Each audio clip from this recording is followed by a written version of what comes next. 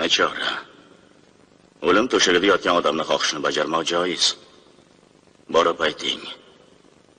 Uni barcha gunohlarini Edmond Dantes kechirdi.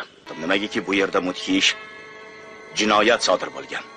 Bonapart bilan muloqotda bo'lganlarni yoqtirishmaydi. Ha, yaxshi. Unday bo'lsa, bu gap uchovimizni oramizda qoladi degan umiddaman. Mercedes endi kimsan? Fernandning xotini. Suyukli xotini. Ular qasrda turishadi. Menimcha siz bilan biz bir jihatdan hamdard ko'rinamiz.